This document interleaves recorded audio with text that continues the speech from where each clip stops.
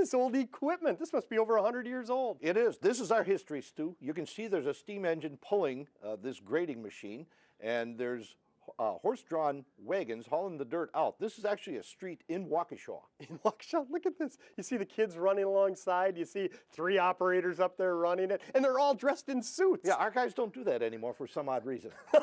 Yeah, comfort alone. Boy, and over here, here's another old piece of equipment, maybe a little newer than what we saw there. Yeah. Is that a ditch digger? That's a ditch digger, and you can see it automatically slopes back the banks of the ditch to make it safer so that it doesn't cave in. It's quite remarkable for that era.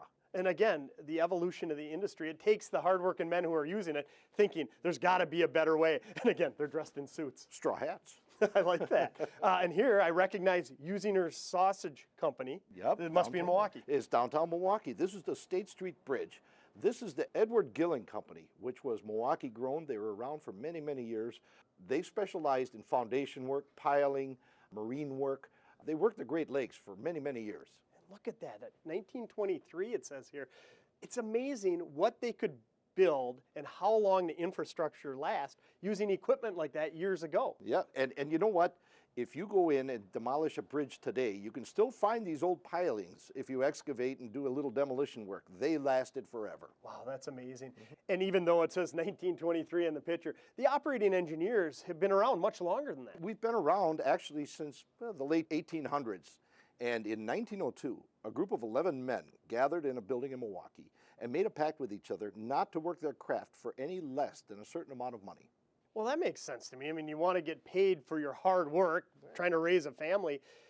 But were they also concerned about training as well and passing on their knowledge? Absolutely. They took young apprentices. At the time, they called them oilers, who assisted the steam engineers, and they would train them in their craft eventually, and the workforce began to grow.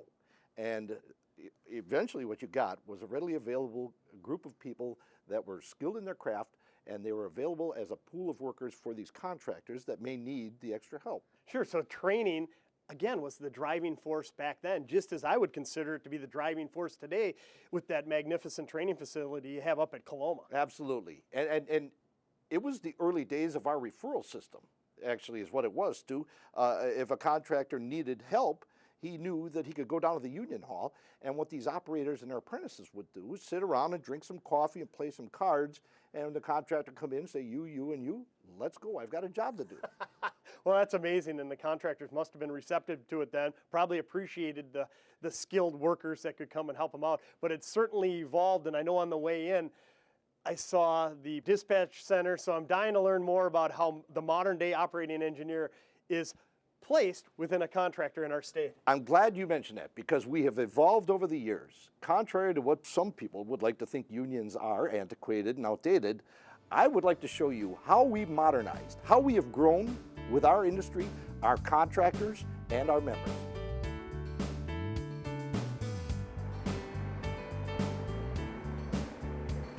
Well, Terry, over 100 years ago, you said that it started with 11 operating engineers. How many are you at now? Well, we're over 9,000 members throughout the entire state of Wisconsin. Holy cow. And so you're responsible for placing over 9,000 operating engineers with different contractors throughout the state. Is this a list of some of them that are available right now? These are the ones that are laid off right now, Stu. Obviously, we're in the hard part of the winter, particularly today. So what they do is you get inclement weather like this, they call in to Central, and they get back on the books so that their name can progress in case they don't go back to work for any amount of time, just in case a contractor needs an extra worker. So as I look at all these names on here, how are they arranged? There must be some rhyme or reason for why this one is up top and this one's a little further down. Well, it depends how long you've been on the books. You progress as you go up, and it also depends on what skill sets have been requested through our referral. If you have several skill sets, you're going to move up quicker. And that's incentive for people to go to the school and get trained even more. Sure, so again, it revolves around training, but how are they categorized? I mean, who determines what your skill set is? Just because I'm trained in it doesn't mean I'm super proficient compared to another guy. What we do is we mail out what's called a basic data form. The basic data form asks what sort of skill sets you have on what piece of equipment. It also asks what sort of certifications you've acquired through our training program. It also asks what part of the industry that you've worked in. So once I fill this out, is computerized database created? Well, what happens after they fill this out, they mail it back to our headquarters here in Pewaukee. It goes to dispatch. where our central dispatcher, Guy Euchre, will enter it into a database. And then when a contractor calls, is in need of a certain type of operator, it'll pop right up? It'll pop right up. Now, Guy runs central dispatch. We do have 3 other satellites around the state, Appleton, Altoona, and Madison. But this is central. Everything can be entered here and everything can go out here. But Guy does rely on the assistance of the other satellite offices when we're placing people around the entire state. Okay, so once I get on that list, is it all based on seniority then? There is no seniority, Stu, and I'm glad you asked that. Actually, everything in construction is based on skill and ability. We do not have seniority in our contracts, contrary to what popular belief might be. And it is also another good reason for people to improve their skill sets. I love that system. So if I'm an ambitious operating engineer, say I'm 35 years old, I've got into it, I want to advance, I don't have to just sit on the bench and wait until the 100 and some odd get filled ahead of me because they're older. I can go up to Coloma, and with a course, I see a complete course schedule here. I can take additional courses on all the different types of equipment that are out there, whatever interests me, in advance? Absolutely. And then what you do after you take your courses in Coloma is you ask Central Dispatch if you can update your basic data card. You can then mark the skill sets that you've acquired at our school in Coloma and put it in the basic data, which then in turn goes into our database. So that is awesome. What a great system. You mean if I'm laid off, say in February, I got a couple months here, could I actually go up then to Coloma and take some more courses to polish up my resume? Absolutely. Our members stick a huge investment into this school, and they make this school available to the rest of the membership because guess what? It makes us all look good, and it makes our contractors very profitable. And as I've learned from conversations before with you, there's no government funding here. This is all self-funded by the operating engineers themselves. This is all private funded, privately funded by our members who made the choice to allocate either the 90 cents on their paycheck or the 90 cents towards training. Our members voted to put it towards training. Okay, Terry, let's look at the contractor side. I mean, if I'm a contractor, I want to take advantage of your hiring source, these great operating engineers you have. How does it work? Well, what you do is if you, say a contractor's only got about 6 employees, all right? He hits a big job and he needs 20. So what he's gonna do is he's gonna look for 14 drug-tested, readily trained, and certified operators. He places a call to Guy over here in Central Dispatch. Guy, in turn, matches the skill sets that this contractor is looking for with the basic data forms that have been entered into the database. And the names will come up with the skill sets that are going to help this contractor perform the work that he needs done. Okay, give me an example. I mean, a contractor wants what? A contractor calls up, say he wants a GPS guided bulldozer. The guy also has to run an excavator, and the guy also has to run a lattice boom crane. Okay, so Guy enters those into the computer, and every member that has those skill sets appear on the screen, and Guy can then dispatch them accordingly.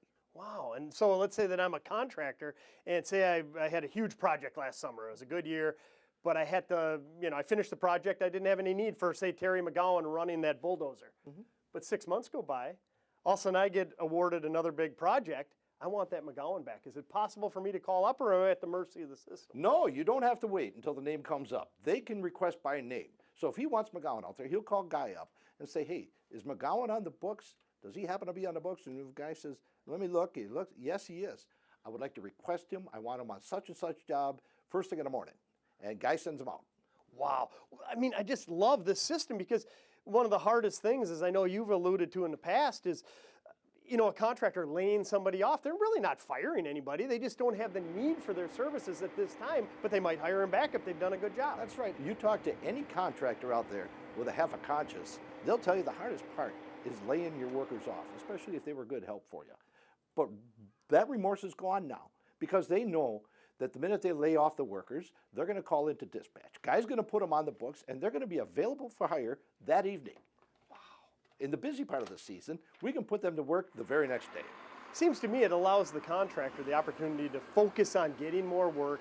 They can rest assured that the operators that are coming on when they need them are highly trained, highly skilled. They're going to get the job done right, safely, on time and on budget. That's right. And the successful contractors in our industry have come to learn that if you're going to grow and you're going to expand in the industry, the best way to do it is to utilize and work with the dispatch system the way it's supposed to work. And we have some very successful employers Well, I hope we've opened the eyes to how the construction trades work in general. And it's not just the operating engineer. It's not just the operating engineers. We'd like to say that we've got it refined, but I have to say the rest of the skilled trades have a very good referral system as well.